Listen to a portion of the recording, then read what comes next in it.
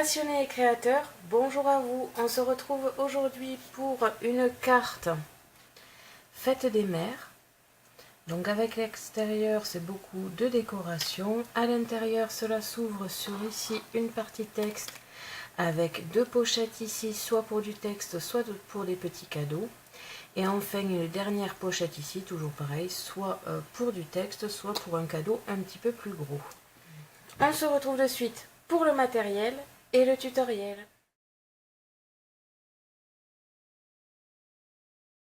Pour cela, vous aurez besoin du matériel de base, un crayon, un glitter, la pique à quilling, un plioir ou le massicot 2 en 1, des ciseaux, une règle, du double face ou le dérouleur scotch double face, de la mousse adhésive,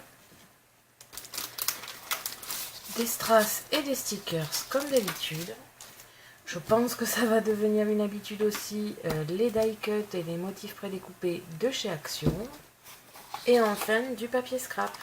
On se retrouve de suite pour le tutoriel.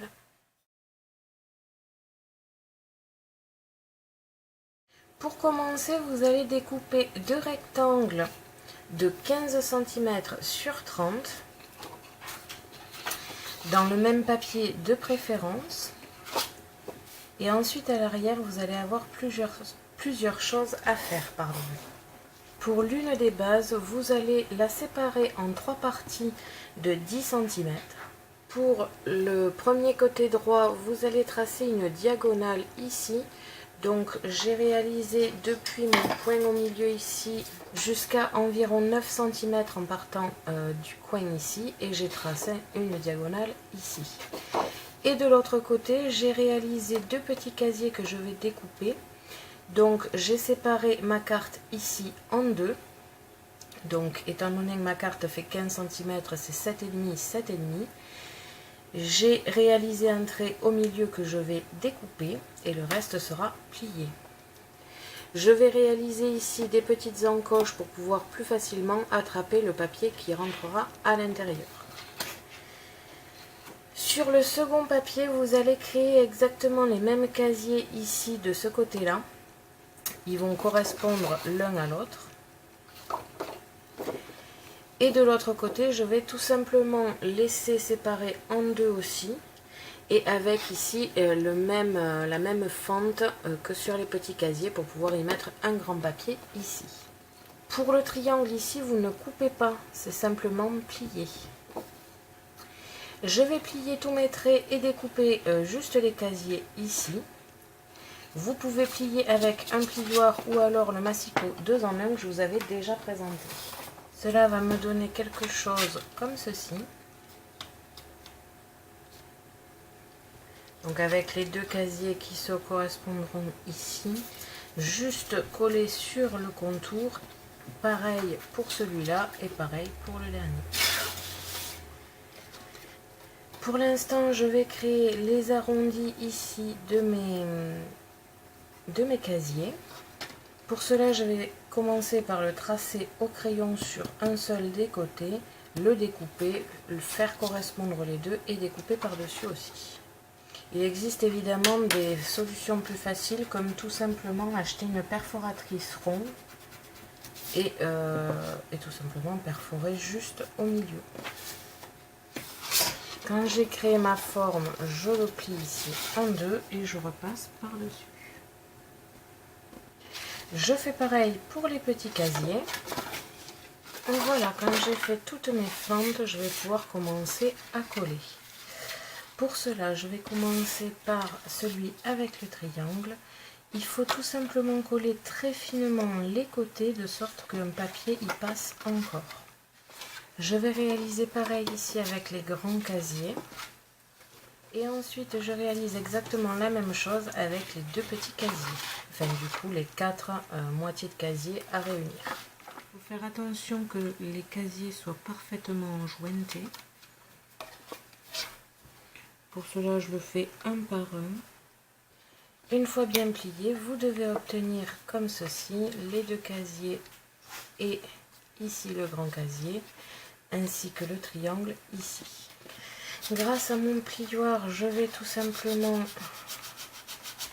bien écarter les pochettes en faisant attention à la colle. Vous pouvez mettre la base de côté pour l'instant.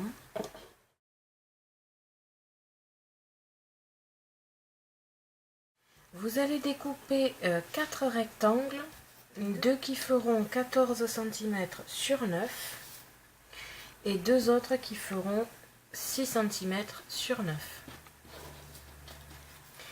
Les 2 petits papiers concernent les pochettes, les 2 petites pochettes.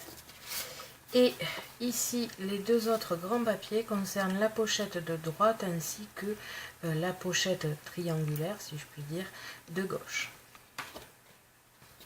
Tout simplement, je vais glisser ici mon premier papier, mon deuxième papier, comme ceci. Vous aurez donc plusieurs papiers texte pour pouvoir écrire. Vous pouvez aussi par exemple écrire ici et là du texte et au milieu garder ça pour des petites pochettes cadeaux. Donc vous pouvez, je pense, facilement y glisser un tout petit bijou ou alors par exemple pour une mère créative des die ou des trucs comme ça. Tout le reste, ça sera pour le texte, ou alors encore pareil, vous pouvez garder que ce papier ici pour le texte, et ici garder une grande pochette, toujours pareil, pour les bijoux ou des trucs comme ça. On va pouvoir passer maintenant à la déco. Pour cela, je vous conseille de faire tout ça en simplicité avec les die cuts ou les motifs à découper de chez Action, des stickers, des strass, enfin l'habituelle décoration de cartes.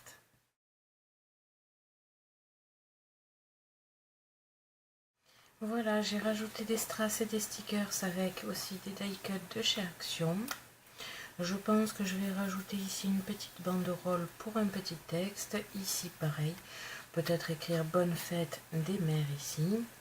Ici, vous pouvez aussi faire une grosse étiquette pour pouvoir marquer quelque chose. Et il ne vous restera plus que les textes et les petits cadeaux emballés. Il ne me reste plus qu'à décorer le devant. Vous avez encore plusieurs solutions, vous pouvez rajouter des tampons ou de l'embossing, ça c'est vraiment comme vous le désirez.